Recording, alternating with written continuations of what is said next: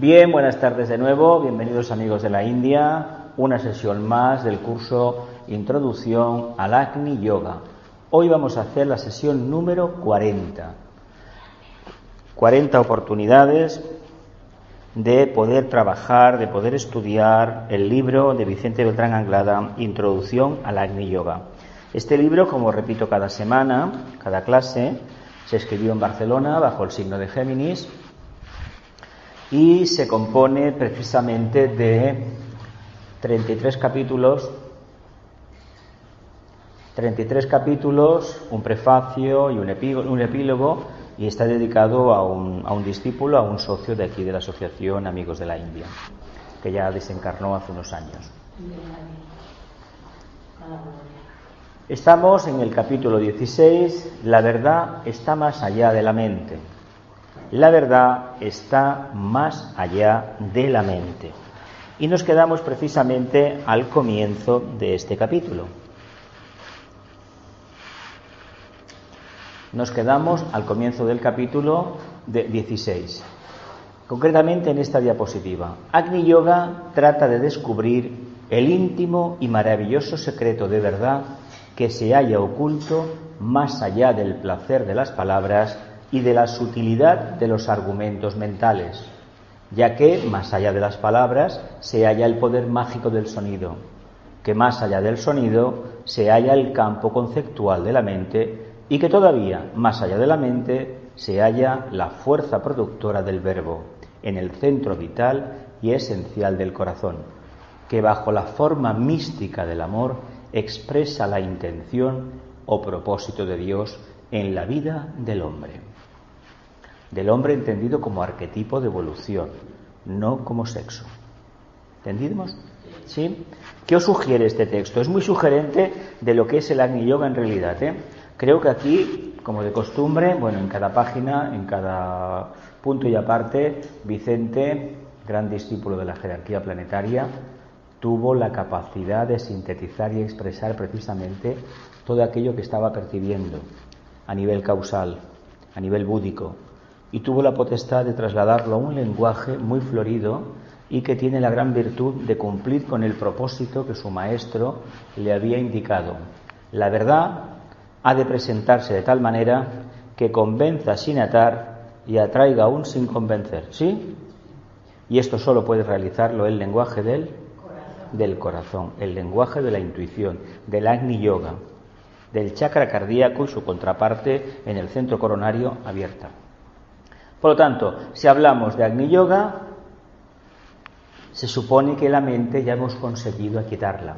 Antes de aquietar la mente, hemos aquietado el campo emocional. Hemos comprendido que el campo emocional precisamente tiene la potestad de hacernos presente una realidad de conciencia que está ligado al mundo de las emociones, entendiendo por el mundo de las emociones todo aquello que nos da esa capacidad y muy especialmente ese sentimiento, esa sensibilidad y esa potestad que tiene el reino humano de transmutar los ambientes negativos a través del mundo de la emoción, teniendo en cuenta que la emoción precisamente es la causante muchísimas veces de los ambientes negativos que hay en el planeta Tierra.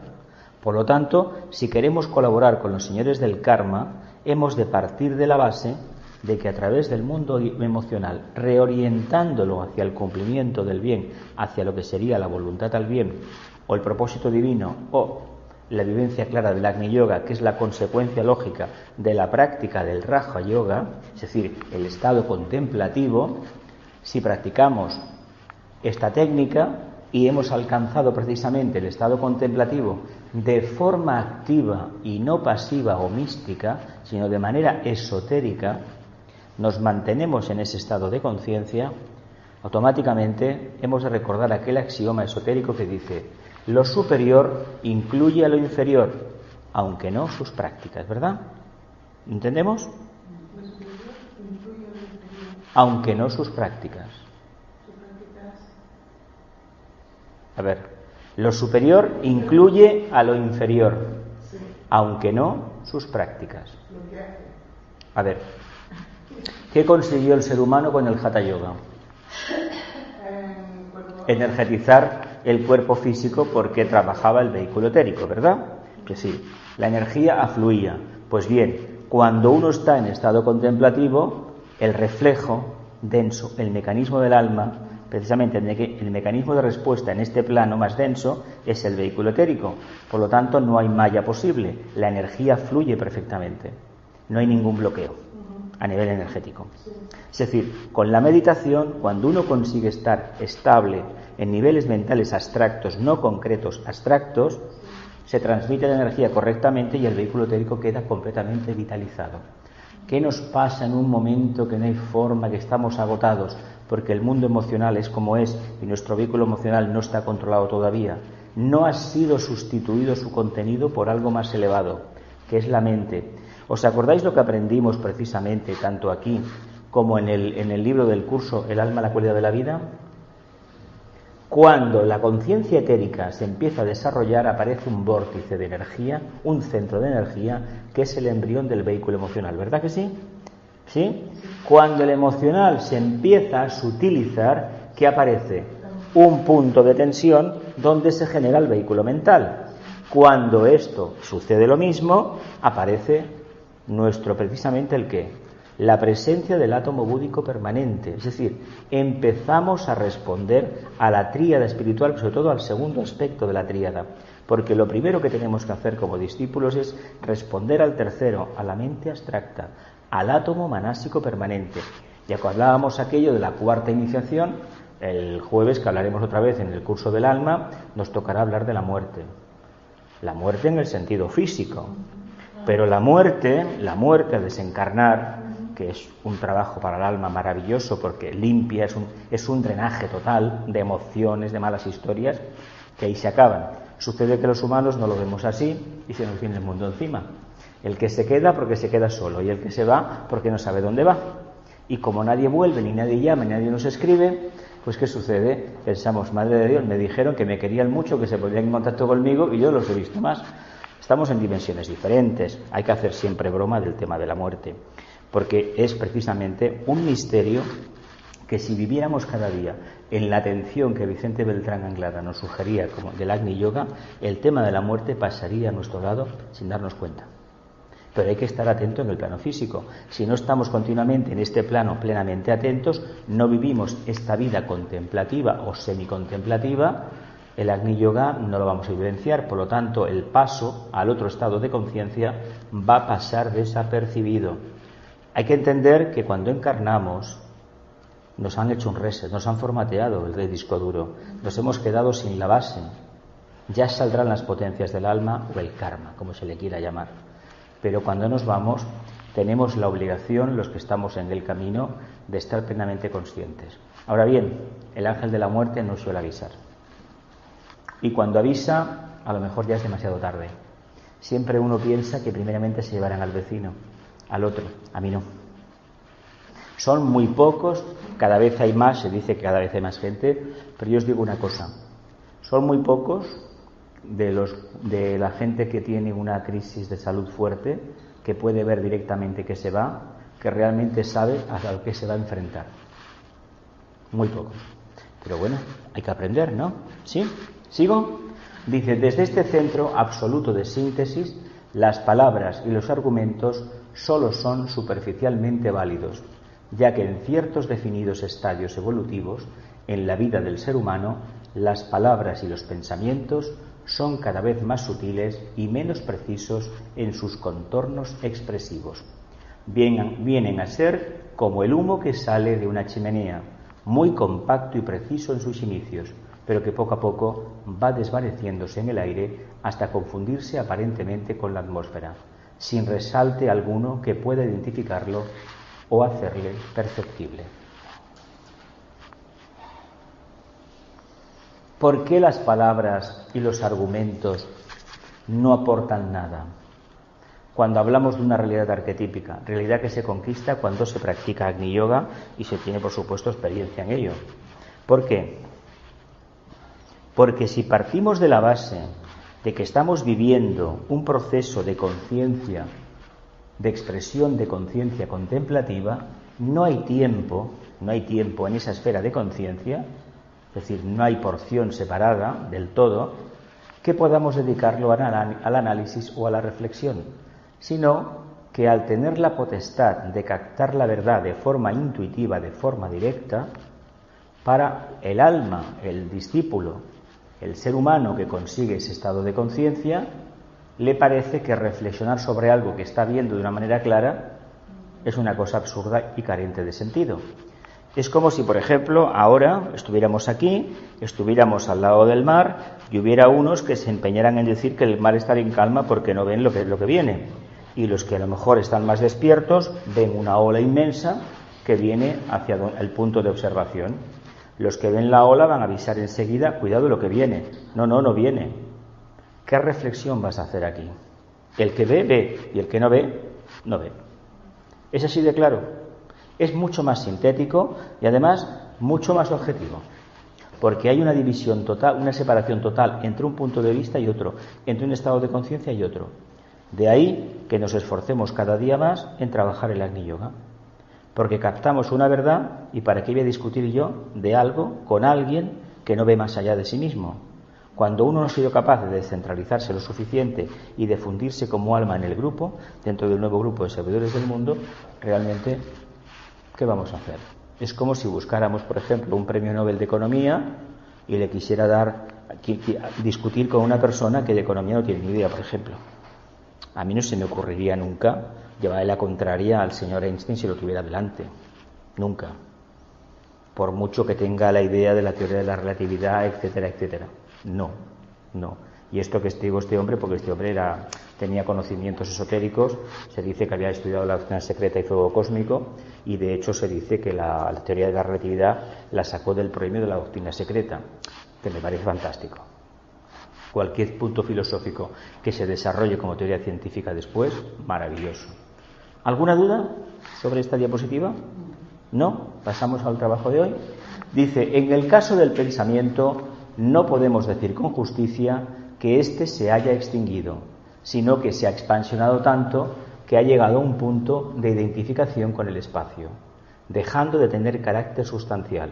Así pues, al igual que el humo disuelto en la atmósfera, el pensamiento ha dejado de tener valor cualitativo y ha pasado a engrosar ciertas zonas del espacio, pues toda expresión reconocida física, emocional o mental tiene allí su sagrado retiro, su mística complacencia y su objetivo final. La esencia de Dios está en todas y cada una de las cosas creadas, y siendo esta esencia propósito en acción, tal propósito forma parte integrante de la vida organizada, sea cual sea la estructura, pequeña o grande, a través de la cual se manifieste. Síntesis, venga, atreveos, vamos, hijo, venga. Yo creo que cuando habla de un pensamiento, habla de un pensamiento del pensador de arriba, ¿no? ¿Qué dice aquí? En el caso del pensamiento no podemos decir con justicia que éste se haya extinguido.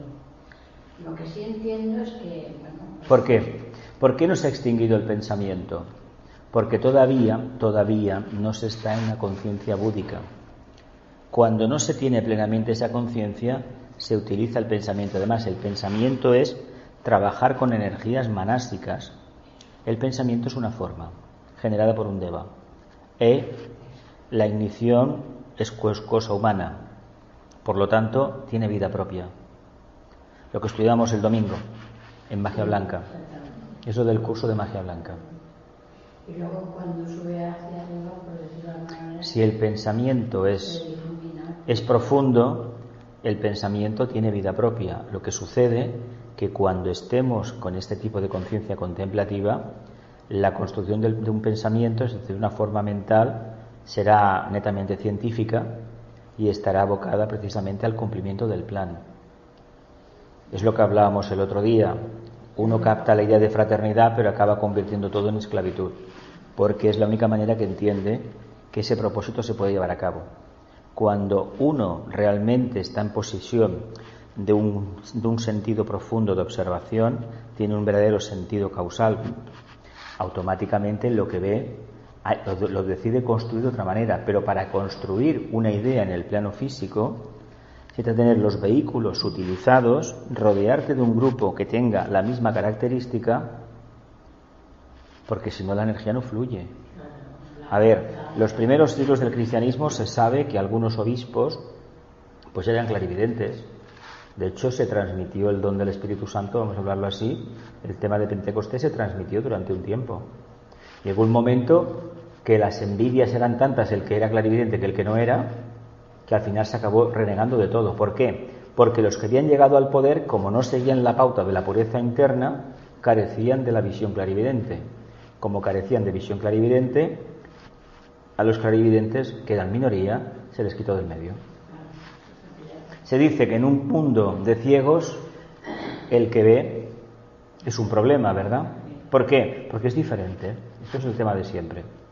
Siempre es la misma historia, siempre. ¿Qué más puede decir esto?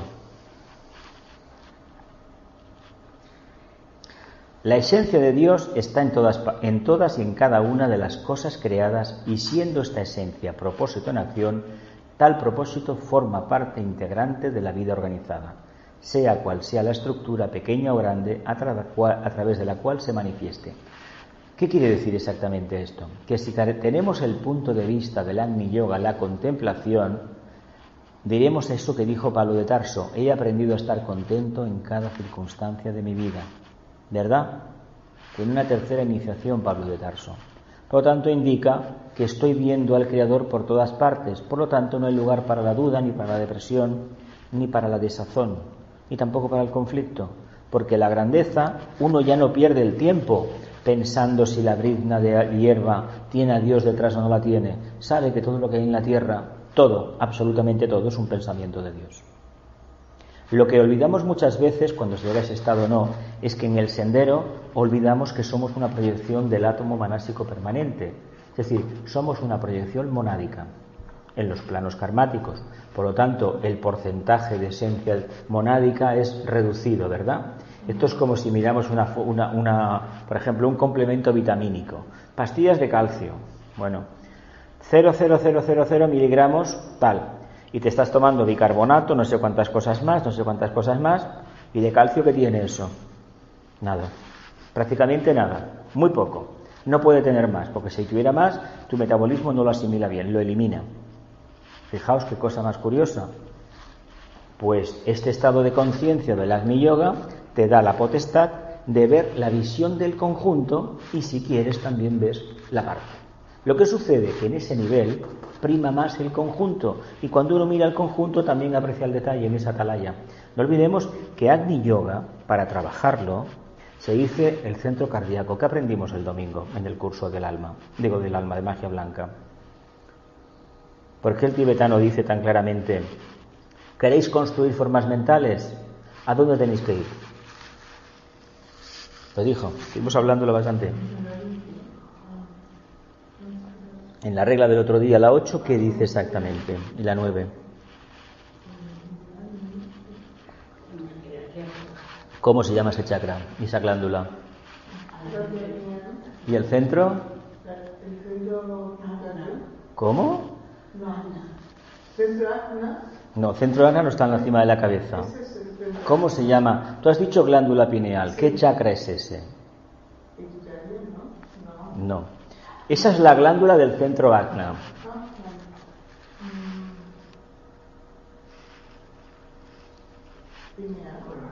Claro, coronario, decidlo, sí. Sajarrara o coronario. Coronario. La corona, coronario, cuando está despierto da unas luces hacia arriba, de ahí que a los reyes les pongamos esa corona. Algunos no se lo merecen, pero bueno, se suele hacer. ¿Continúo? Así, el Agni Yoga no lleva a la aniquilación de la mente, aun cuando ésta haya decrecido aparentemente tanto que sus fronteras han prácticamente desaparecido del alcance de la visión normal y objetiva del pensador. ¿Quién es el pensador? ¿Quién es el pensador?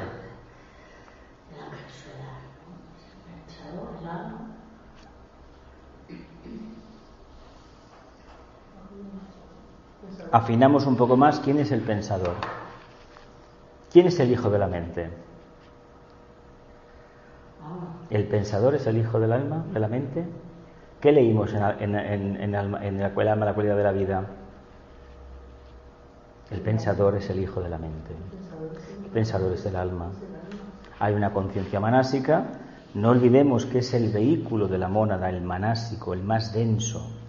El más denso. Lo demás no son de la mónada, son proyecciones. Gracias a la presencia del ángel solar, la mónada ve por los ojos del ángel solar. ¿Sí o no? ¿Te acuerdas que lo hemos hablado tantas veces? Esto ha quedado claro, ¿no? Bueno, pues si en 2 años o 3 hemos quedado algo claro, ya haremos muchísimo. ¿Veis la importancia que tiene alcanzar la atalaya del Agni Yoga? Equivale al centro coronario. Cuando hablamos del corazón, estamos hablando de la contraparte en el centro coronario. Porque aquí atrás, entre los omóplatos, el chakra cardíaco, aquí hay un camino hacia arriba. Y tiene que ser desde la perspectiva de arriba. ¿Sabéis por qué? Porque el camino este del medio, este camino del corazón, sería el camino místico, la sublimación de la emoción y el traspase al centro cardíaco. Pero para tener un conocimiento científico, una percepción científica de todo lo que se capta, hay que tener la conciencia en el plexo de la cima de la cabeza, en el centro coronario. La glándula pineal tiene que estar mínimamente activa. Eso es lo que al maestro le indica que hay luz. No es que esté iluminado, porque ya sería un iniciado. ¿Qué ejemplo pusimos el otro día? ¿Qué decía él? ¿Habéis detectado la luz en la cabeza? Lo leímos hace 2 días. ¿Sí? Pues eso es el indicio de que se tiene ese estado de conciencia. Eso hay que mantenerlo, evidentemente. Cuando uno tiene ese estado de conciencia, no puede hacer una vida normal como los demás, que no lo tienen. Ya lo sabéis esto, ¿no? ¿Indica algo más esto? Aquí te dice que la mente queda como aniquilada, pero en realidad no queda aniquilada, está ahí. La mente está ahí. Lo que pasa es que su trabajo es nulo. Porque, vamos a ver, sabéis que el ejercicio físico moviliza la energía en el cuerpo, ¿no? Desarrolla masa muscular, ¿verdad que sí? ¿Qué le pasa a una persona que está todo el día sentada en una postura inadecuada? Que si está, por ejemplo, tecleando, cuando se hacía antes escribir a máquina, por ejemplo, o con una pantalla de ordenador ahora, uno la musculatura de los dedos y la agilidad de las manos la tenía, ¿verdad? Pero tenía contracturas en todo el cuerpo, las muñecas, la espalda, etcétera. ¿Por qué? Por una postura incómoda tantas horas. La energía no fluye, ¿verdad que no? Pues si yo no utilizo la mente, ¿qué va a pasar con mi mente? No es que quede atrofiada, está ahí. La podré utilizar si quiero, pero ¿para qué la voy a querer utilizar? Si quiero saber algo, automáticamente lo recibo. ¿Queda la cosa clara? Por eso, cuando este proceso aumenta, llega la cuarta iniciación. ¿Y qué pasa ahí? Adiós mente, adiós emociones, adiós cuerpo etérico, adiós todo. Y si quiero manifestarme más, pues me haré un molde, Mayavirupa, un cuerpo ficticio, y lo manifestaré cuando quiera. A no ser que tenga previsto encarnar, y entonces me van a guardar el cuerpo astral para la siguiente, que no es una encarnación, ¿eh? No es una encarnación porque no está sujeta a los preceptos karmáticos, porque no hay cuerpo causal que la alimente, no hay átomos permanentes. ¿Os acordáis de aquello, no? Hemos hablado mucho de ese tema, ¿eh? Y por muchos sitios, además. Y tengo en mente seguir hablando con otros autores que no sean el tibetano, también del tema, con el tiempo. Pero entonces la mente la sigue teniendo ahí como si fuera una bufanda. Esto es como, por ejemplo, aparece un Mayavirupa, aparentemente es un cuerpo físico, lo tocas, mira, pero no es un cuerpo físico al uso, pero cuando te descuidas se ha desvanecido. Dices, caramba, ¿qué ha hecho? Me ha proyectado un holograma. Si fuera un holograma, cuando me acerco a él, la mano pasa, ¿esto qué es, no? Es decir, no me toques, no te acerques porque no estoy real. Pero si lo tocas, dices, caramba, se ha desvanecido delante de mí. A ver, ¿estoy equivocado? No estoy equivocado. Él tiene la potestad de hacer eso. Nosotros no, porque esta materia que tenemos, constituyendo el vehículo etérico, el denso, sobre todo el físico, el denso nuestro, no tiene la potestad de desintegrarse. Es una proyección ¿de qué? De ese chakra que hemos dicho. De ahí arriba viene.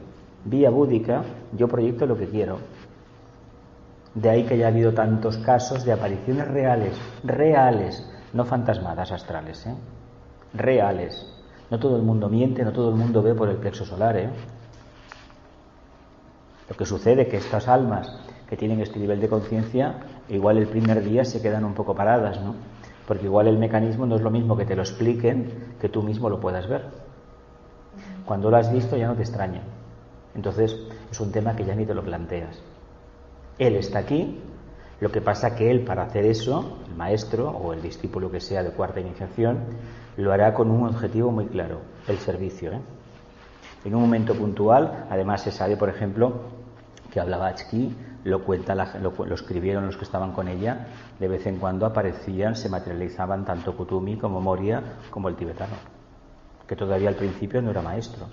Luego lo fue en 1875, ya le dieron la quinta iniciación, se les aparecía físicamente. Y hay anécdotas que en una de ellas se materializó, estaban en Egipto, me parece, o en un barco, iban camino de la India, y el Leadbeater, que hacía de amanuense de ella, se asustó al verlo. Ella le dijo: si esto le asusta a usted, no va a profundizar mucho en el camino del esoterismo. A ver, la gente habla mucho de poderes mágicos, pero imagínate que del techo aquí aparezcan una serie de personajes. ¿Y esto qué es? Ah, ¿tú no querías saber? Pues aquí tienes la sabiduría, aprende. ¿Y eso tenía... ¿Era clarividente? Era clarividente, pues mira, todavía eso se le había escapado. De hecho, la clarividencia no se adquiere en un día, ¿eh? Es mucha práctica, una dieta muy estricta y un ritmo de vida muy constante, ¿eh? Muy constante, no se ve, ¿eh? Y si se ve un día, al día siguiente no se ve. ¿Nos hemos quedado en lo que significa esto? ¿Seguro? Sí. Sino que ha elevado a su propia absoluta integridad abstracta la mente en aquellas zonas de misterio dentro de las cuales el silencio es total y carece de cualidades perceptibles y en donde existe únicamente paz e integridad. Eso sería una visión holística de la realidad, ¿verdad? ¿Por qué hay tanto silencio? Porque detrás de todo aparece, está Dios, ¿verdad? Está la conciencia divina. Es una forma muy planera, muy de carrer, muy de calle, para hablar precisamente de lo que es el Agni Yoga. ¿Cuánta gente hay que tiene esta potestad? Tal vez hay más gente de la que pensamos, ¿eh? En el sentido de que en la Tierra hay muchas almas tapadas, en el sentido de que tienen este estado de percepción y están viviendo una vida de cuasi beatitud, es decir, de estado búdico, conciencia búdica, beatitud, pero que por alguna razón que desconocemos solamente están emitiendo una vibración poderosa en su medio ambiente, están cumpliendo un propósito, pero fuera de eso no son conocidos. Y hay que pensar que existe esta gente, porque sabéis que discípulos que se sepa abiertamente, a ver, son pocos, los vemos en muchas áreas. Generalmente los que destacan en un tema, este tema no se lo plantees para nada, ¿eh? Son muy pocos los que tocan este tema.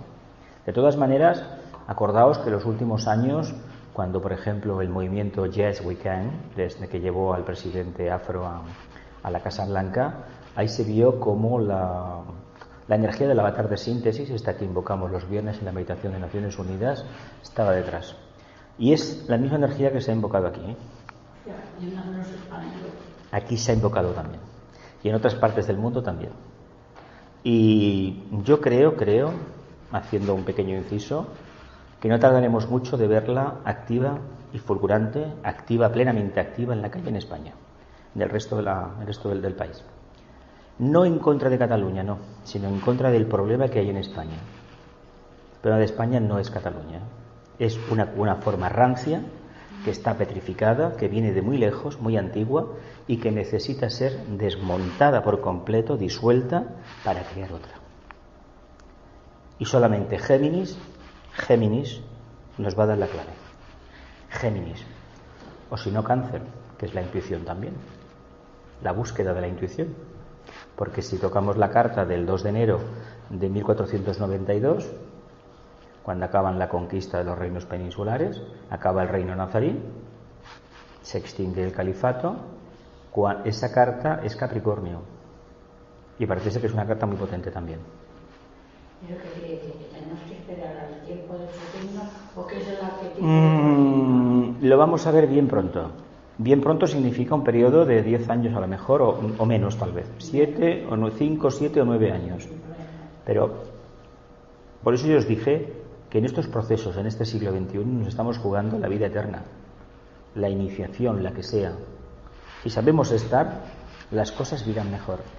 Pensad que no trabajamos para nosotros, para la humanidad, para el grupo. Esa es la diferencia de los rancios ideales de los ideales acuarianos. El ideal acuariano, entre ellos el Agni Yoga, es para servicio a la humanidad.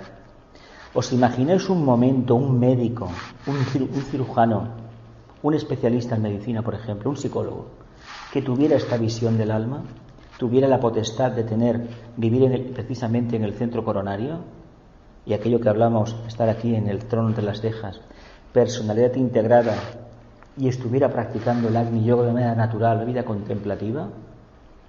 ¿Se imagináis la fuente de luz y de sabiduría y de sanación que representaría ese alma en su área de trabajo? Que llegue un paciente y aun sabiendo que no tiene arreglo, el paciente salga de allí convencido, pues mira, sí, mejor desencarno porque, bueno, ¿se imagina lo que significaría esto?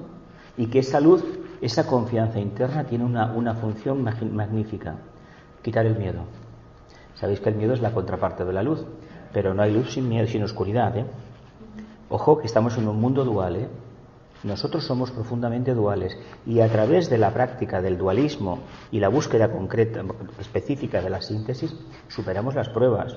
Pero mientras tengamos un cuerpo, una personalidad sujeta a la ley del karma, o sea, hasta que no pasemos la cuarta iniciación, sabéis que estamos sometidos a ese dualismo. Después no es dualismo, aunque claro, estamos donde estamos. ¿Me explico un poco? ¿Os imagináis? No hablo ya de un político. Un político hace el trabajo que hace. Pero ¿os imagináis un político visionario que pudiera tener esta perspectiva? Han habido unos cuantos en la Tierra, ¿eh? Hubo uno en Estados Unidos, el famoso John Fitzgerald Kennedy, que les dijo: no me preguntéis a mí qué puedo hacer yo por América. ¿Por qué no os preguntáis vosotros qué podéis hacer vosotros por América? Eso es lo mismo que decir, ¿dónde está la patria? No, amigo, la patria es el otro. Hubo otro más en Gran Bretaña, que este era discípulo en concreto, Sir Winston Churchill, que les pidió sangre, sudor y lágrimas, ¿verdad? Y la gente pues cogió y lo mandó a su casa. En las elecciones votaron laborista y perdió las elecciones, pero tuvo el valor de pedirlo, no los engañó. ¿Me explico? Roosevelt tenía un carisma increíble. Además, el hombre en la silla de ruedas pues inspiró una confianza increíble. Era un discípulo. Era un discípulo. El único presidente que ha estado 20 años en el poder. Y Abraham Lincoln también. La primera jornada eran todos discípulos. Y de hecho Estados Unidos era la tierra de la gran promesa para la jerarquía, el arquetipo de la era acuariana. Por eso, cuando caen las Torres Gemelas, Géminis, que ellos son geminianos, fue un ataque directo de la Logia Negra a eso. Pero en fin, eso es otro tema. Eso es otro tema que lo hablaremos en otro momento. ¿Queda claro esto de la importancia del Agni Yoga y reconocer que la mente queda postergada, que está ahí? Vamos a ver. Más fácil todavía el ejemplo. ¿Habéis visto estas películas donde la gente se desmaterializa y se aparece 20 metros por delante? O por ejemplo, vamos a ver. Tú tienes unas piernas y tienes que ejercitarlas. Si no las ejercitas, pues se te atrofian, ¿verdad? Lo hemos contado antes, ¿sí? Pues imagínate que tienes la potestad de moverte un poco y saltas 20 o 30 metros. Imagínate que esto viene a consecuencia de un estado de conciencia determinado, de una pequeña expansión de conciencia. Yo te voy a hacer una pregunta: ¿volverías a caminar como los demás? ¿Verdad que no? ¿Verdad que no? Más fácil todavía. Imagínate que tuvieras la facultad donde trabajas, las cartas, hacer así con la mano y todas organizadas. ¿Volverías a coger una carta una por una? ¿Verdad que no? Pues es lo mismo cuando uno llega a este estado de percepción sintética de la verdad. Voy a analizar la mente, coger la mente, tantas cartas por aquí y por allá. A ver, si en la vida diaria nos ha llegado ya con un WhatsApp. Con un WhatsApp podemos afirmar una escritura o un contrato, pedir un préstamo. Es decir, ¿está la tecnología está para eso?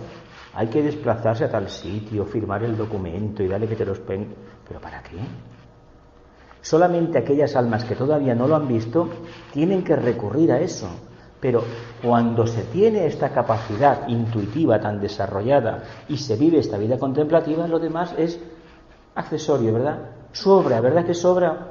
Imaginaos una sociedad donde todo eso, en un porcentaje muy grande, considerable, sus habitantes vivieran así. Todo sería diferente. ¿Qué sería entonces? Eso que hemos visto antes en la anterior diapositiva, de que Dios está detrás de todo. No es lo mismo que te lo cuenten los libros sagrados, entre comillas, un libro sagrado, si consigue hacerme a mí sagrado. Y más que nada, si yo consigo, siguiendo esos preceptos, convertirnos en un foco de luz que haga precisamente a ese libro sagrado. ¿Me explico? No es sagrado porque venga de arriba. Se sabe que la mayoría de los libros sagrados de las grandes religiones han sido dados por mensajeros de la logia. Se llaman avatares de Vishnu, mensajeros del segundo aspecto de la divinidad. Eso ya lo sabemos, ¿no? Pero un libro será sagrado si yo me convierto en sagrado y hago al libro sagrado, ¿verdad? Porque esos preceptos mentales yo los he transmutado. ¿Cómo?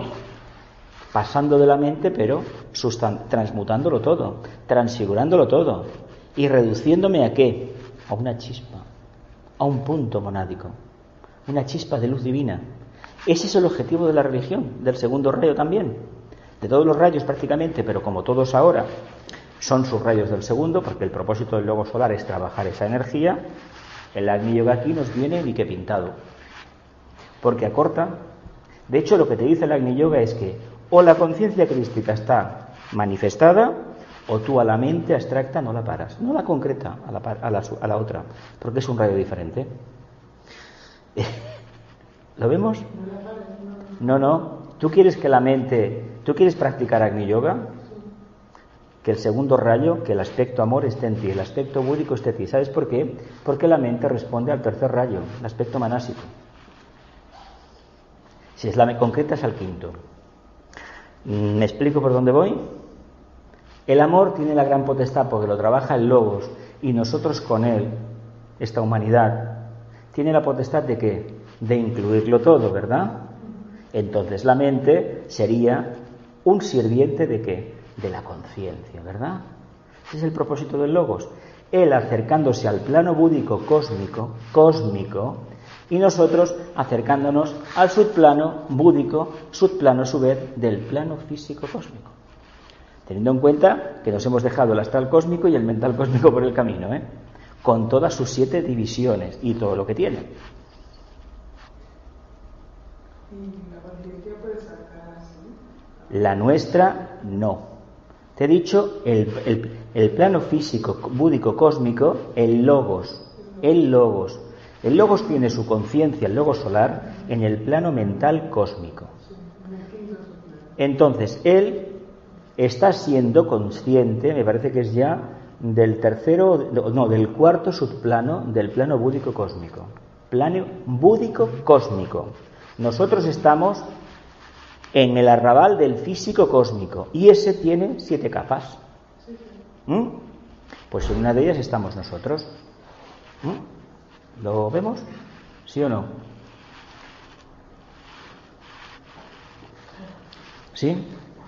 ¿Por qué es tan importante? Es que mira, volvemos a lo de antes. El misterio está en la cuarta iniciación. Y el por qué el cristianismo se representa con el aratado tiene una razón de ser muy importante. Si yo soy agua de vida vertida para los hombres sedientos, que es el mito de Acuario, que lo podemos asociar perfectamente al cristianismo, que es lo que quiere manifestar, no a la era de Acuario, sino a la conciencia acuariana, que es la del discípulo. Discípulo ya sancionado por la logia, tiene una tercera iniciación, es el signo de los servidores. Y el nazareno lo que pretendió ser es un servidor, un gran servidor, de ahí que le llamemos Salvador, ¿verdad que sí? Lo vemos. ¿Por qué es tan importante? Porque precisamente de lo que nos habla es el misterio de ¿qué? De la asunción, precisamente de la manifestación clara de que somos hijos de Dios. ¿Cómo? Desintegrando la forma, el retorno a casa del hijo pródigo. ¿Lo vemos? Tú cuando alcancemos el arquetipo ese de la cuarta iniciación, el aratado, habremos cumplido de verdad con el trabajo. Y el trabajo es volver a la casa del Padre habiendo hecho el servicio, habiendo hecho el trabajo de Salvador, de servidor de la humanidad. Empiezas primeramente por tu esfera, de influencia, ¿verdad? Primeramente, ¿a quién arreglas? A tu personalidad. Y de ahí, por analogía, llegas ¿a qué? A implantar una forma mental que abarque todo el planeta. Dime. Bueno, que arreglas tu personalidad y arreglas también a tu alrededor.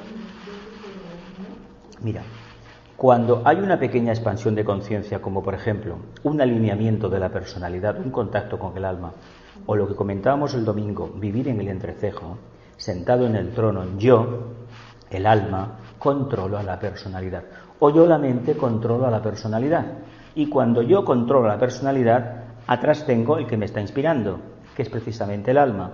De ahí que me gire y me abrace y prácticamente el otro se manifieste más que yo, querrá decir que a mi alrededor ese proceso también se está repitiendo. Por muy aunque no se haga un trabajo grupal específico, si tenemos ese estado de conciencia y el centro coronario está activo, tenemos esa vivencia interna, allá donde vayamos estamos fulminando entidades negativas, estamos transmutando precisamente formas mentales caducas, los egregores los estamos desintegrando. ¿Lo ves mejor? Sí. Es un trabajo para reflexionar. Pero tú te lo lees, lo mejor es leérselo y hacer silencio. La clave está en el silencio. Si uno quiere ver a Dios manifestándose en la naturaleza o tener una experiencia mística, esotérica, profunda, de estar en un parque y ver que, por ejemplo, los pájaros, la hierba, los árboles, las personas, todas tienen una especie de sutratma, de hilo de luz que va hacia arriba, quiere decir que todos procedemos del mismo punto. Todos. Esto es una experiencia maravillosa. Esto es un momento que se tiene y no se vuelve a tener más. Pero eso te indica que formamos parte del uno. Por ejemplo, nosotros hablamos de los rayos de los colores. ¿Sabéis cómo esto se descubrió o de la influencia de la astrología? En lo que ahora es Babilonia, Siria, ahí en el cercano oriente, hace miles de años hubo los caldeos, que eran los magos, astrólogos. Estos tenían unos figurats, y los figurats sabéis que eran torres de observación, torres no de silencio como los parsis, pero de meditación, de recogimiento. Subía el iniciado, se tumbaba y miraba al cielo, y de ahí se dieron cuenta que en determinados periodos del año una línea de luz venía de Marte, otra venía de las Pléyades, otra venía de aquí. Así empezó la astrología. Y hay infinidad de líneas de estas. Lo que se dieron cuenta en aquel momento, y todavía igual lo sustentamos, que determinadas líneas, determinados periodos de evolución son las que más benefician a la humanidad. Porque estamos, a ver, si entráis en una página de astronomía, sabéis que a la astrología la ponen mal. Incluso hay páginas que dicen, no, astrología no, gracias, por ejemplo. Lo habréis visto en internet, está lleno. Y hay uno en concreto que le tiene una fobia a la astrología tremenda. Habla de 13, 14, no sé cuántas constelaciones. A ver, puede decir lo que quiera. Las constelaciones que hay son los 12 pétalos del corazón, nada más. Eso es lo que nos interesa trabajar. Una vez trabajemos eso, bueno, a nuestro alrededor hay cientos de estrellas. ¿Que hay vida? Pues claro que hay vida, si son seres, entidades psicológicas evolucionando. Imaginaos Aldebarán como será, o Betelgeuse, estas grandes estrellas, o Arturo, esas que son, bueno, infinidad de veces más grandes que el Sol. Pues es una conciencia en evolución como nuestro logo solar. Nuestro solar es pequeñito. Pero, ¿y nosotros? ¿Qué somos nosotros? Pues formamos parte de él. Así de claro. ¿Veis por qué es tan importante desarrollar la cualidad contemplativa? ¿Sabéis para qué? Para que dejemos de hacernos preguntas de cómo es Dios y de cómo es el logos tal y de cómo es la constelación o la galaxia.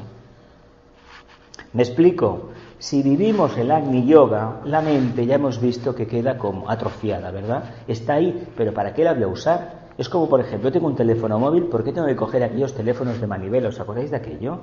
Que era una bobina que se alimentaba y se enviaba la corriente. A ver, ¿hablasteis alguna vez con eso? Que te sacabas una cosa, te la ponías en el oído y tenías que hablar allí pegado. ¿Habéis visto esos teléfonos alguna vez? Están de museo, pero funcionan todavía, hay gente que los tiene. Pero era una pieza de madera. ¿Os acordáis de aquellos cuadros de la electricidad? Que era una palanca que había que bajar, que te podías meter los dedos y darte un calambrazo. ¿Os acordáis de aquello? O aquellos cables que iban forrados de tela y aquellos interruptores que dabas vueltas y vueltas hasta que fundía la bombilla. A ver, eso te puede parecer en un museo fantástico. Pero yo me hago una pregunta. Teniendo la potestad de, por ejemplo, hacer así con la mano y que se encienda la luz, que eso ya existe, hay sensores que mueves la mano y se enciende la luz, lo sabéis, ¿no? Entras en una casa, hay gente que lo tiene puesto, abres la puerta y te mueves, ¡pum!, se enciende el pasillo, mira que bien, vas con las bolsas, no tienes que encender nada, ¿verdad que sí? O acercarte a una puerta y con el tiempo lo veremos, o por la voz, hay sistemas, o poniendo el dedo, se va a abrir sin cerraduras y sin nada, ¿sí? Imaginaos que esto lo tenemos todos cada día, ¿no? O por ejemplo, que con la huella digital pagamos las compras en el súper y que esto se va estableciendo, igual que los países nórdicos o en Japón pagan con el teléfono móvil. Y de hecho en Finlandia dinero en efectivo y en Suecia hay muy poco. La gente paga con las tarjetas o con los teléfonos. ¿Tú crees que vas a disfrutar más teniendo el dinero en la cartera, mirando y contando, cuando a lo mejor la cajera ya no sabe qué hacer con esos papeles porque no se acuerda cómo son? ¿Me entendéis lo que quiero deciros? Cuando hay una síntesis manifestada, y esto es el Agni Yoga, ¿para qué volver a lo otro? Tenemos trenes que van a 300, ¿no? A ver, ¿alguien se atrevería a ir en la diligencia aquella que había, la igualadina, hace 100 años, con las gallinas y todo aquello? ¿Alguien? A ver, como viaje folclórico y turístico nos apuntamos todos a un tren de vapor, ¿verdad que sí? Pero cada día coger eso. A ver, yo es que vengo a esto. Sí que un día pues tendrás la idea, pues mira, sí, voy a analizar, pero la conclusión va a ser la misma, incluso con la visión del Agni Yoga mucho más integradora, porque te quedarán muchísimos flecos. ¿Ves por qué es tan importante el Agni Yoga y la vida contemplativa? Primeramente, vida contemplativa, ¿eh? Vida contemplativa de forma positiva, no me recluyo mirando el cielo y las estrellas, no, eso no es vida contemplativa, eso es otra cosa. ¿Lo vemos? ¿Sí? Nos hemos quedado con estas palabras, trato de expresar, dice Vicente, un hecho definido, el que se refiere a la experiencia de un estado de quietud mental y espiritual, de tal elevada trascendencia, que siquiera por breves momentos el corazón se ha sentido inmensamente desahogado y libre de la mente inmersa dentro de un indecible vacío de ideas y pensamientos. Un estado de quietud mental y espiritual. Eso es la vida contemplativa. La tradición nos dice que para conseguir eso había que irse a la cima de la montaña, que es la tercera iniciación, a un monasterio, o recluirse de por vida de espaldas a la realidad, que es el otro. Es muy fácil desarrollar la contemplación cuando estoy en una comunidad de 20, 30 monjas o monjes, depende del sexo que tenga, y ahí estamos todos orando o meditando. ¿Verdad que es muy bonito? Pues eso fue la era de Piscis. ¿Qué se nos dice ahora? Aquel tesoro que tienes, el Agni Yoga, esa conciencia que se expresa como estado de quietud mental y espiritual, lo debes compartir. ¿Cómo? Coge cada día el metro a las 6 de la mañana o a las 7 en una punta, y si tienes que ir a tal sitio, no cojas el coche, métete en el metro. ¿Y por qué el metro? Porque si eres capaz de manifestar este estado de quietud, sonreír cuando te pisan el pie, cuando te dan un empujón o te tiran al suelo según qué horas punta te puede pasar, o te roban la cartera, por ejemplo. Si eres capaz de manifestar este estado, entonces ¿qué estás haciendo? Estás sirviendo, estás limpiando las angustias de los demás. Condición sine qua non, tú no te vas a identificar con los demás en ese sentido, a nivel de problemas, tú vas a irradiar. ¿Y qué recompensa vas a tener? Pues que mañana tendrás más trabajo. Es que no hay otra recompensa, claro. ¿Sabéis lo que le cuesta a la jerarquía tener un discípulo, un faro de luz en la calle? Una barbaridad. Es una barbaridad el trabajo que tienen los maestros para conseguir que un discípulo despunte. ¿Qué recompensa le van a dar? Ninguna. Sigue trabajando. Y el discípulo sabe que todo tiene fecha de caducidad. Esto nos lo enseñó de una manera muy científica el Buda. Y además nos dijo, si tú piensas en el sufrimiento, no te preocupes que nunca se acabará. Piensa en la alegría. Mejor dicho, reflexiona acerca de la quietud. Ese estado casi búdico. ¿Y qué vendrá? Pues te vendrá eso. ¿Os acordáis del axioma? La energía sigue al pensamiento. El que siempre se está quejando, pero por todo. Una persona puede tener un trauma, una crisis, algo que le hizo mucho daño, y a lo mejor te lo puede referir cada X tiempo. Y hay otras personas que realmente esa forma mental se ha apoderado de ellos, de su conciencia. Conocemos a muchos que además vienen por aquí y están continuamente bombardeándolo. ¿Qué pasa? No llegan a entender, porque son profundamente emocionales, que con una vez que me lo cuente ya tengo bastante. ¿Por qué? Porque ya me he enterado. Y había que decir a veces a estas personas, si tú supieras lo que me ha pasado a mí, pues, pero claro, no lo hacemos. Pero si nos mantenemos en un estado de quietud mental y espiritual, tal y como nos demanda el Agni Yoga, esa persona se sentirá querida, comprendida, aunque nadie le escuche aparentemente, y su problema se irá desvaneciendo. Condición sine qua non, ella no lo tiene que volver a alimentar. Pero es muy difícil, porque esos problemas vienen, inoculan el bicho, y nosotros engordamos al niño. Sabéis cómo funciona, ¿no? Entra la semilla, hay un campo propicio de silencio que representa el útero de la parte femenina y automáticamente se genera la vida, ¿verdad? Pues con las ideas, los pensamientos es lo mismo. De hecho, el arquetipo de la conciencia crística se asocia a la Virgen María, pero en realidad es la cueva del corazón. No es el útero de la madre, es la cueva del corazón. ¿Me explico o no me explico? ¿Sabéis por qué las iglesias tienen la forma que tienen, no? El altar, porque representa el útero femenino, lo sabéis esto, ¿no? Si no, no sabíais esto. Las iglesias clásicas, la nave, la basílica, acababa, ¿cómo le llaman a esto? El ábside acaba así, ahí está el altar, porque representa el útero femenino. ¿Sabéis esto, no? ¿No habéis leído el Código Da Vinci?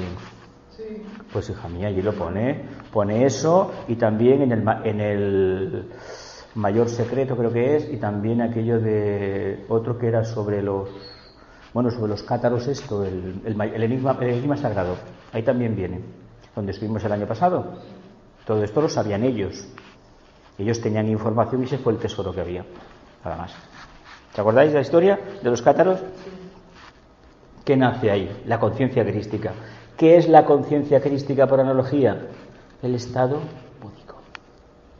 Es el estado búdico, el Agni Yoga. ¿Por qué hemos tenido que recurrir a todo eso? ¿Por qué? Porque si no, no lo explicamos de una manera más correcta. ¿Por qué los cristianos han recurrido a eso? Pero no son los primeros, hubo otros antes que hablaron de lo mismo, ¿eh? ¿Me explico o no me explico?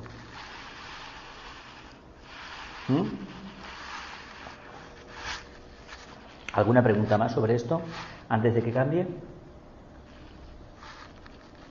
Cuando hay estado de Agni Yoga, la mente está ahí, pero ¿para qué? Imagínate, te lo pongo más fácil. Imagínate que el mito de la segunda iniciación, las aguas, caminar por encima de las aguas, en ti se ha convertido en un siddhi, que puedes caminar por encima de las aguas. ¿Para qué te vas a meter por dentro? Pregunto, ¿para qué llevarte el bañador cuando puedes caminar por encima de las aguas en la playa? ¿Para qué? Sí, no, hay otro ejemplo. El que prueba habla bien, dice, ¿para qué voy a ver eso de dónde viene y a qué sabe más y hacer? Pero además, por la visión del Agni Yoga sabrías de dónde viene, sabrías el trabajo que hacen las abejas para crear una organización que los humanos hemos copiado. Cuidado, la abeja vino de Venus, ¿verdad? El hexágono famoso, ¿a qué nos recuerda el hexágono famoso? ¿A qué? ¿Cuál es el símbolo de la sociedad teosófica? ¿Cuál es la estrella de David? ¿Qué significa? Personalidad cósmica y karmática. Los dos triángulos que se pueden hacer ahí, se puede dividir eso, se pueden hacer con estructuras muy interesantes, se puede modificar, pero fíjate qué estructura tan resistente. Se considera que es una de las estructuras más simples y más resistentes.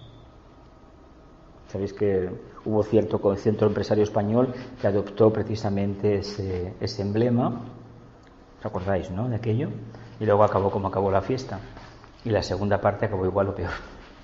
Pero bueno. ¿Estás diciendo que con el Agni Yoga también obtienen el conocimiento? O sea, yo entendía que era sabiduría, que es... ¿Y qué es sabiduría? Bueno, sabiduría es conocimiento aplicado, ¿no?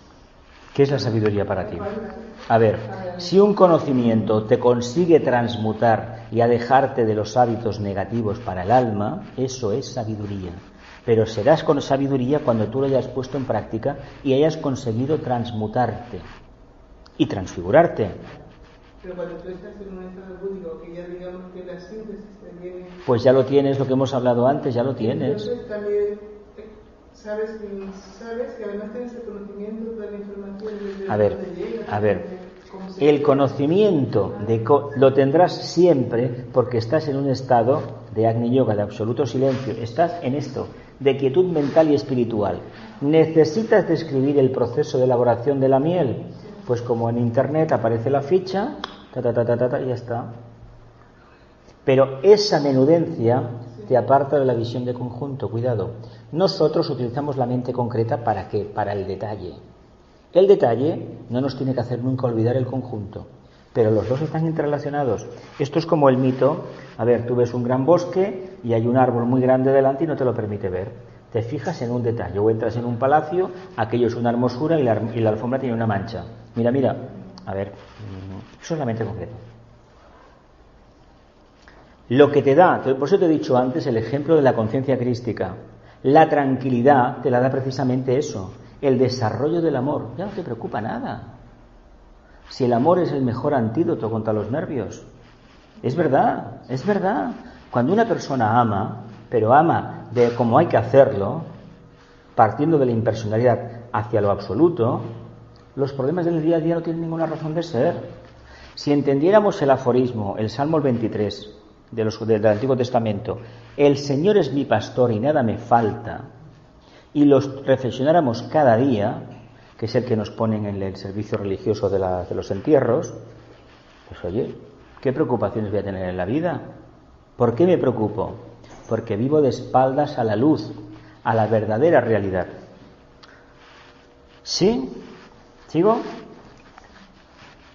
La escasa duración de tales fúlgidos momentos, se refiere a la mente aquella, hace que la conciencia no pueda advertirlos con la suficiente claridad e intensidad para convertirlos en una experiencia definida o memorizable, pero tiene sus consecuencias vitales para el ser humano que los ha experimentado, pues a igual que el relámpago en la noche oscura, que pese a la brevedad de su fulguración permite orientarnos, la breve iluminación de la conciencia permite que nos demos cuenta, a veces sin que lo advirtamos, de alguna definida situación psicológica o la manera de resolver algún problema vital de la existencia.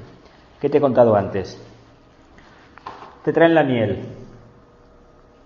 ¿Qué? ¿Sabes de dónde viene? ¿Cómo la ha hecho? ¿Cómo la han hecho? ¿Y con qué propósito la han hecho?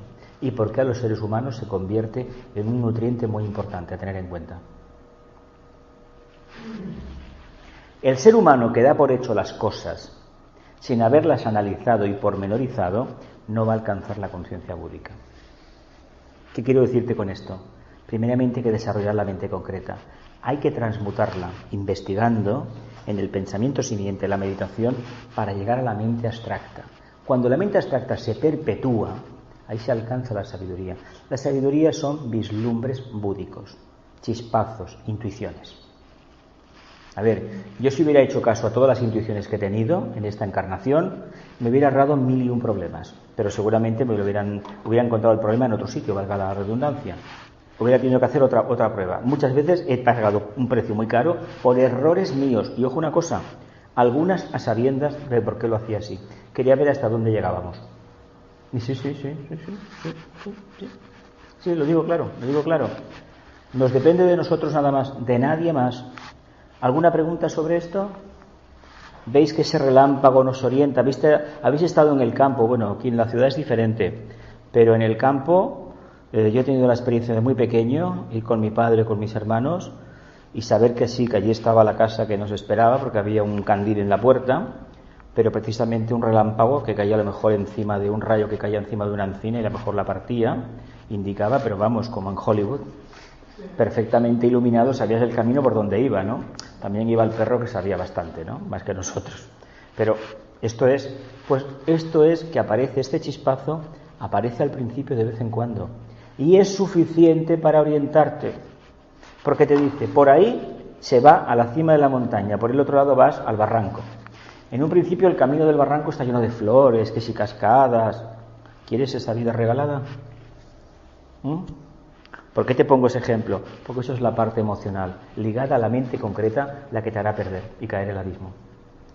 ¿Entiendes por qué primeramente la mente, Venus, te tiene que enseñar, la energía venusina, a distinguir lo que sí y lo que no? Lo que te interesa y lo que no. ¿Y cómo te das cuenta? Probándolo. Por aquí no va, me equivoqué. Un día me fui por este sendero tan bonito y me caí. Voy a probar. No, por ahí no vayas, que es todo piedras. Quiero probarlo. Y empiezas a subir y cada vez más complicado. Caramba. Pero a medida que vas subiendo te hay una cosa muy importante. La panorámica que se pone delante tuyo. Y dices, caray, pero si yo nunca pensé que esto era tan bonito. Y subes y subes y subes y ahí la intuición funciona. Porque si no hay intuición y no hay amor, tú a la cima de la montaña no llegas. ¿Me explico? ¿Sí? Continúo. ¿Tienes alguna pregunta? Cada vez se hace más profundo, ¿eh? Estamos en la lección 16, cada vez es más profundo. Creo convencidamente que son más numerosos de lo que creemos, lo que os hablaba antes, los seres humanos que en el transcurso de su existencia han experimentado los efectos de esta iluminación espiritual, de carácter breve pero intensamente vibrante. Así, lo que se espera a través del Agni Yoga es hacer cada vez más extensos y perceptibles aquellos periodos de plenitud y de vacío creador y convertirlos, mediante la atención profunda y la serena expectación, en experiencias capaces de ser voluntariamente repetidas hasta llegar el momento crucial en la vida del hombre aquí en la tierra, en que el relámpago de luz del principio de la vida espiritual se convierta en la propia luz espiritual de nuestra vida, en aquella luz, en aquella trascendente luz que ya jamás habrá de abandonarnos. Eso es la cuarta iniciación. Claro, cuando está aposentado el relámpago, la luz va conmigo. Pero antes de la luz hemos tenido vivencias. Dice, se va repitiendo hasta que un día queda anclada. ¿Por qué? Porque ya no hay un obstáculo en mí, en mis cuerpos inferiores, que impida que esa luz. Ya no está el alma. El ángel solar se ha ido. Ya respondo plenamente a la monada. La cuarta iniciación, que era el caso que él vivió. De ahí el tema de la serena expectación, precisamente para mantener un mínimo de equilibrio con todo el fuego que le habían puesto dentro. Se estaba quemando por dentro. Vamos a hablar en un lenguaje claro. ¿Os acordáis de Krishnamurti, que todas las tardes tenía el proceso que tenía, que la espalda, la cabeza? Tú sabes de aquello, ¿no? Pues es lo mismo. Y hablaban de lo mismo, los dos con diferente lenguaje. El vacío creador. El vacío creador es la serena expectación, es el Agni Yoga. Lo que sucede es que a veces nos peleamos por términos y lo hace gente que no lo ha vivenciado una vez. Cuando has tenido un segundo de percepción de lo que es, igual luego ya no lo tienes en un tiempo, pero sabes que lo has tenido. Y en ese momento no es que no te doliera nada, es que lo veías todo bastante claro. Es decir, percibiste un momento la visión integradora, holística, esférica. Y esa visión, a la larga, se va a convertir en esa luz que jamás nos va a abandonar. Pero ¿qué hay que hacer? Estamos atentos ante todo, atentos, en silencio. Si estamos en silencio, la mente queda fuera, ¿verdad? No basta con que un día haya visto el relámpago. ¿Os acordáis del mito de San Pablo, no? Camino de Damasco, un relámpago me tiró del caballo, ¿no? La luz, la tercera iniciación, automáticamente me descabalgó de mi vehículo mental, ¿verdad? ¿Para qué voy a ir montado como alma en mi vehículo mental? Si puedo caminar solo, ¿verdad? Y mucho más rápido que el caballo, mucho más rápido que la mente, ¿verdad? Ahí tenemos un ejemplo. Tardó 7 años, estuvo 3 días, Diego, me parece. Estuvo 3 días que no sabía quién era o algo así. Y luego estuvo 7 años aguantando el proceso. Parece ser, lo que he escuchado. ¿Lo vemos bien? Una cosa, esto de experiencias capaces de ser voluntariamente repetidas, esto también puede ser un problema, ¿no? En la medida en que mantienes la serena expectación y cada vez más profunda, evidentemente eso se repite. Se repite con el carácter del servicio, no para ti, para el servicio. En momentos de crisis, es decir, todo este trabajo se hace precisamente para el grupo. Yo me imagino que Vicente, en momentos puntuales, pues a través de su continuo silencio, recibió un fogonazo nuevo hacia donde tenía que encaminarse, en beneficio del grupo. Claro, él forma parte del grupo, y con Krishnamurti creo que pasó exactamente lo mismo. Él tuvo épocas que la salud era muy mala, en el caso de Krishnamurti. Hecho en California, él estaba retirado de una casa, daba sus paseos, había momentos que no podía hacer nada, momentos de mayor plenitud, de mayor contacto interno. Pero es que esto es normal. Pensemos que nos someten a unos voltajes en esas iniciaciones muy elevados. Y claro, eso no es para ti, eso es para todos, para el grupo. ¿Puedes tener un momento espontáneo que puedas llegar hasta el lúdico? En un momento espontáneo, él ya te lo dice aquí en la anterior diapositiva, o en esta, que son muchos los seres humanos que han tenido este vislumbre. De hecho, el relámpago la fulguración esta del plano búdico, se tiene, de vez en cuando se tiene. Y luego queda una paz increíble que a toda comprensión trasciende, es decir, algo que dices, no sé lo que es. Es cuando decimos a veces, ha venido el maestro, ¿verdad? Pues el maestro, como mínimo, se expresa así.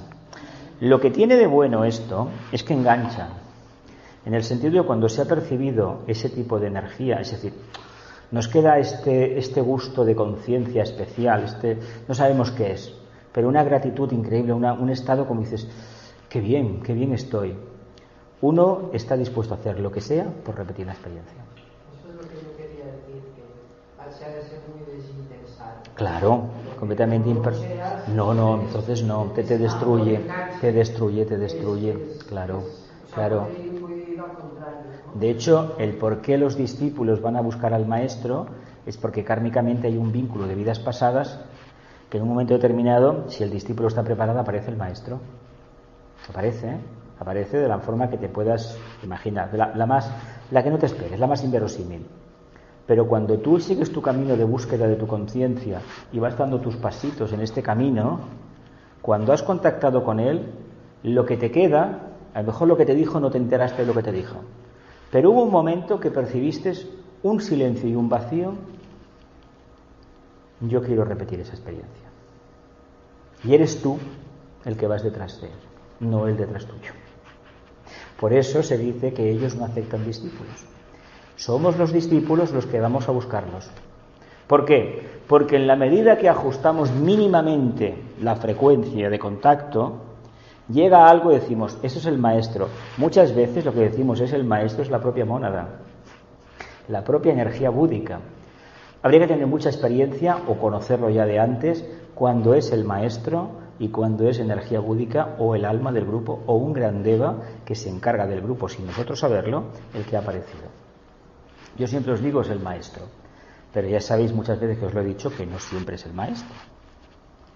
Pero nos vamos a quedar con eso, tampoco interesa. Lo importante es que esa experiencia que trasciende a toda comprensión y a todo análisis, yo no sé lo que ha pasado, pero sé que me he encontrado maravillosamente bien. ¿Verdad que sí? Pues ¿sabéis qué es eso? La base de la curación esotérica, la base de los milagros. Que hay milagros. Esa es la base, nada más. Así se manifiesta un milagro. Además, el cine lo ha retratado de manera maravillosa, ¿no? El ciego ha empezado a ver, ¿y por qué? Ha visto la luz. Y ver la luz, en sentido esotérico, es eliminar una limitación. Hacer que el alma sea más libre, la conciencia sea más libre. Imaginaos que tenemos al alma atada, ¿no? Y cada resplandor de estos, una cadena que se rompe, otra cadena que se rompe. Llegará un día que vendrá un resplandor y a Prometeo le romperemos la cadena y decimos gracias por la paciencia que has tenido conmigo. Porque yo no sé con vosotros, pero conmigo han tenido bastante. Bastante, por lo menos en esta encarnación. Las otras no lo sé, me imagino. Bueno, nos quedamos en esta. Dice, puede que no recordemos siquiera uno de tales... ¿Esta es la misma o es la anterior? No, es otra. Sí, es otra. Puede que no recordemos siquiera uno de tales relámpagos de iluminación interna, pero yo me atrevo a decir que todos cuantos leerán esta introducción al Agni Yoga los habrán experimentado ya en los niveles...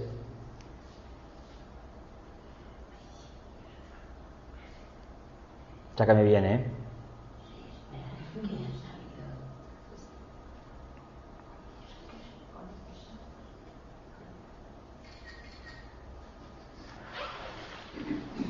Cuantos leerán esta introducción al Agni Yoga los habrán experimentado ya en los niveles internos, siendo sus propósitos espirituales de luz, de conocimiento, de plenitud, la semilla que ha madurado dentro de sí por efecto de aquellos impactos de iluminación o de revelación. Es por tal motivo que ha sido escrito este libro. No tendría sentido alguno escribir cosas sobre las cuales el alma carece de nociones. Os voy a confesar un secreto. Creo que este libro lo escribió para mí. ¿No os lo dije el primer día? Pues lo digo ahora. Cuando lo leí por primera vez en el 85, después de una crisis de salud bastante fuerte, pensé, madre mía, madre mía, madre mía. Pero no conseguía recordar absolutamente nada. Sin embargo, un día me puse a hablar en términos de Agni Yoga. Y nunca he podido memorizar nada del libro. Nunca, nunca, nunca, nunca. Hasta que entendí que lo que él pretendía, me parece que un poquitín, un gramo, lo tengo. Un poquitín, un poquitín, un poquitín. Que no es nada, por supuesto, pero suficiente para ir tirando. ¿Por qué engancha tanto este libro? Y engancha a aquellos que ya han tenido el relámpago, la fulguración esta de conciencia. Para eso lo escribió. ¿Para quién está escrito el Nuevo Testamento o la doctrina secreta? Para aquellos que están despiertos. ¿Sí o no? ¿Para quién se escribió el Manifiesto Comunista? Por ejemplo, de Carlos Marx. O La riqueza de las naciones, de John Smith era, ¿no? Sí, parece que sí. ¿O para quién se escribió El origen de las especies? ¿O El espíritu de las leyes? Para aquellos ciudadanos en el campo de la política, de la filosofía, de la ciencia, aquellas almas que estaban preparadas. ¿Sí o no? Pues igual, exactamente igual. No arrojéis margaritas a los que no tienen olfato ni ojos para apreciar tanta belleza. ¿Sí o no? Y eso que la margarita es lo más sencillo que hay, como flor. Es de lo más humilde. Y además está en todas partes. Y olor, como que mucho, ¿no? ¿Verdad? O una cosa tan frágil como la amapola, que la cortas y se desintegra. Se desintegra. Y dices, mira. Nos quedamos aquí. ¿Tenéis una última pregunta? Yo tengo una que... Venga. El capítulo, no sé si has leído, el paso de reflexo al corazón se hace porque la persona sube hacia la mente alta.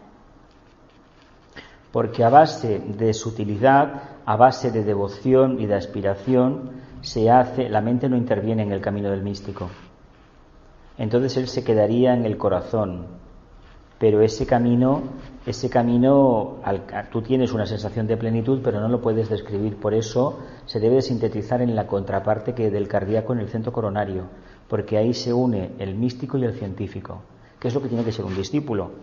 Un discípulo, en el fondo nosotros hemos utilizado, porque somos occidentales y tenemos una preparación mental, somos arianos, conciencia ariana, conciencia mental, utilizamos el camino del esoterismo, del estudio. Pero el camino de la devoción, acordaos de San Juan de la Cruz, pero que San Juan de la Cruz y Teresa de Ávila tenían una mente muy formada, eran buenos escritores, soy decir que no eran analfabetos. Pero ¿qué caracteriza muchas veces a mucha gente con una gran devoción? Pues una falta palpable de cultura. ¿Por qué? Porque no pueden concentrarse en el estudio de nada. Ellos perciben belleza por todas partes, pero es una belleza ligada a su mundo de deseos y llena de inexactitudes. Lo que pasa es que, claro, si aplicamos el baremo mental, a esta gente le podemos hacer daño. Por lo tanto, hay que entender que eso es una evolución, pero no es la evolución. La evolución es la mental. Lo que sucede es que cuando uno alcanza la conciencia del centro coronario, une los dos. Une la vía del corazón, porque es la contraparte arriba, y con el corazón del místico y el otro. El místico se tiene que hacer esoterista al final, porque si no, no puede avanzar. Porque el grado de comprensión para alcanzar el Agni Yoga no basta con desearlo. A fin de cuentas, sabéis que el camino de la devoción es un camino de deseos. El de la mente es igual. Lo que pasa es que el de la mente parte de la imparcialidad de que si no lo veo, no existe. El otro no. El otro da por hecho que estoy en comunión con Dios. ¿Y qué es Dios? No lo puedo describir. Es que es tan grande que tú no lo entenderías. Perdona, no es que yo no lo pueda entender, es que tú no tienes palabras para articular esa visión. ¿Qué es lo que pasa cuando se tiene una visión de búdica? No hay palabras. Sin embargo, como has tenido una mente y la mente la tienes ahora en stand-by, aletargada, para escribir un libro la mente funciona. Porque si no tuvieras una mente organizada, tú no escribes 2 renglones seguidos. Y os reto a que cojáis textos de estos que están canalizando cada día, cartas de los Mahatmas o como se llame, en estos tiempos, y francamente no se sostiene de ninguna manera. Trabajos como el de la Bailey, no hay otros, directamente en comunicación con el tibetano, están escritos de manera impecable. Ella era una alma muy avanzada, tenía una segunda iniciación y el último día de su vida le dieron la tercera. Blavatsky era mucho más compleja. De hecho, los maestros se dice que no sabían cómo acercarse a ella ni trabajar con ella, porque iba a su bola. Es que ella tenía prácticamente la esencia del conde Cagliostro. Fue una personalidad tremenda. Claro, no pudo más. Hizo un gran trabajo, hizo un gran trabajo. Y Vicente, la comunicación que ha tenido con el maestro es impecable. De hecho, el Vicente para mí bueno, que a mí me llama la atención, son las conferencias. En las conferencias transmite algo que dices, nunca lo vi físicamente, seguramente era mi karma, pero claro, era esto. De hecho, él cuando explica en mis experiencias espirituales que iba camino de aquí de Joaquín Costa a dar una conferencia en el MUNE, en el Movimiento Universalista de la Nueva Era, y se dejó en casa, se cambió de americano y se dejó los apuntes. ¿Y qué hago? Se puso a hablar. Y en Ginebra le pasó lo mismo. Tenía que dar una conferencia para alguna luna llena y se fue al Parque de la Ariana, apoyó la cabeza contra uno de aquellos árboles grandes, igual era uno de los cedros que yo me sentaba a veces a meditar, allí en Ginebra, y bueno, les salió una conferencia muy buena. Es decir, esto es inspiración. Y además, no es simbólico. ¿Qué significa apoyar la espalda contra un árbol? ¿Qué representa el árbol? El vehículo mental. De lo más concreto, debajo de la tierra, a lo más abstracto. Luz del sol. ¿Nos quedamos aquí? ¿Sí? Que la luz, el amor y el poder restablezcan el plan en la tierra. Que así sea y cumplamos con nuestra parte.